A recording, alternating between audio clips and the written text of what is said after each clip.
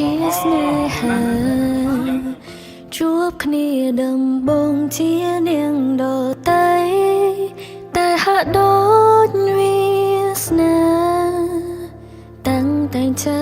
ឲ្យបានជាគូតាំងពីថ្ងៃបងឈានចូលក្នុងជីវិតអូនក្តីសុខក្នុងបេះដូងមានបងតែងតែនៅក្បែរស្រីតួស្នេហាយើងសាមញ្ញធម្មតាមិនអស្ចារ្យតែមានន័យមានតម្លៃក្នុងជីវិតអូនយើងធ្លាប់សន្យាសម្រេចបំណងប្រាថ្នាដែលធ្លាប់សញ្ចារួមគ្នា